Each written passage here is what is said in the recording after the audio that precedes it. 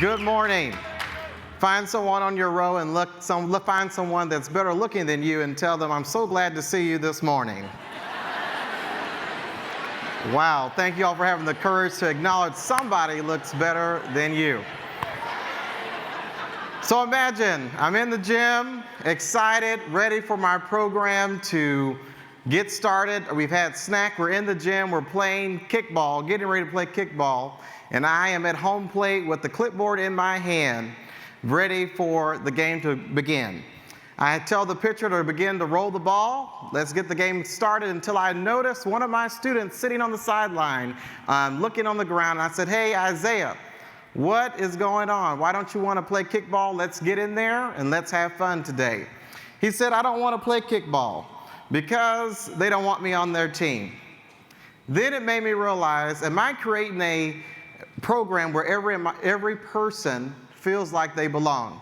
Or is Isaiah going to be one of those students that just gets left behind?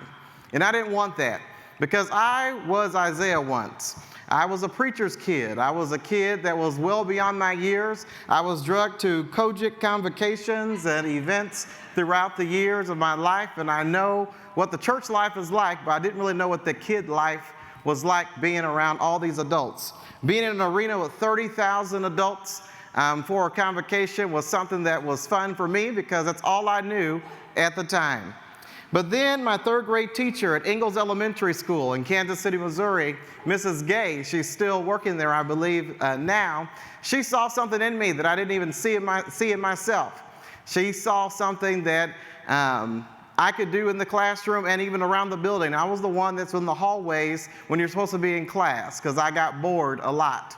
When you're in a school that doesn't have the advanced courses and the aim and aspire, those students get bored. So she decided to find something for me to do. Well, it'd be going around the classrooms, doing something else, going to the office, or being a runner. That was me. She gave me a role and she made me feel like I was included. So I decided to give Isaiah the clipboard that I had and told him, hey, Isaiah, you be the game manager. You be Mr. Lorenzo. You would think every kid would be excited to be Mr. Lorenzo for the day. When we were doing that, he got the clipboard and he kind of hesitated a little bit and said, I don't really want to do this, but he just started write down the names. As the game began to go on, he started transforming. That was what I wanted to have happen. If it didn't happen, I didn't have a plan B, so I was praying that it happened. So he's going through the list, getting the game going. He's transforming. He's calling out plays. He even created new rules in kickball that I had never heard of before, but the kids knew what they were doing, so I allowed him to do that. And then there was a time where they were playing kickball, and one of the groups lost terribly. It was like 40-0, and he told them, hey, if you all stick together, we'll win next time. And that was an encouragement that I never thought that he would say those words out of his mouth, because he did not want to be involved. So he's very hesitant about that. And it wasn't about the game. It was more of him feeling like he belonged in that time. This story is not unique to Isaiah, because the After School Alliance has things on the website that I found. It says, according to the After School Alliance, kids and programs that emphasize leadership and inclusion report higher confidence and better communication skills. Programs that rethink participation, giving kids non-traditional roles, build life skills that last far beyond the after-school hours. We have the opportunity to change the way we see things for our kids and see the power of potential through our students we serve every single day. I want you to think about a few questions as we get ready to depart from here for this week, as we go back to our homes on a plane, a car, a boat, a train, a Uber, or a Lyft, or a bird scooter, wherever you might live. You should ask yourself, who is your Isaiah in your program? Number one. Think about who's at Isaiah in your program that's maybe sitting on the side. They're not the one that's always raising their hand, wanting to jump in to say, hey, let me be a volunteer. You might have that one quiet student that you overlook every day, because the bad student that you call bad is always on your nerve. That student is missing out on a great opportunity with you every single day. So who's your Isaiah? Go beyond the traditional roles.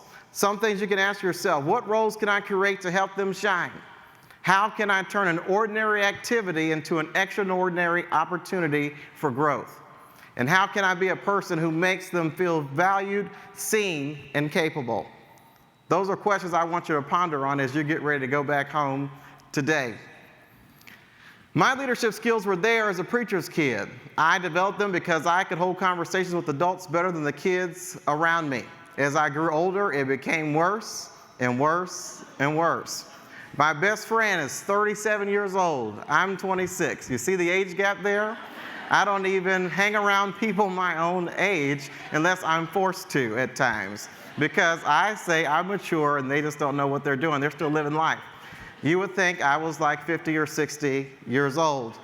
But I needed someone to see that in me. Give me the opportunity to have the opportunity to do that and show the potential that I was able to do.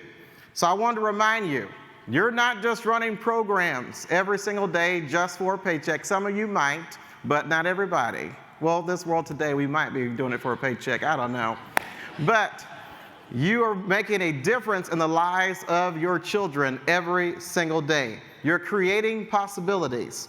And the final challenge I want to tell you today: what will you do to expand what's possible for your students in your program?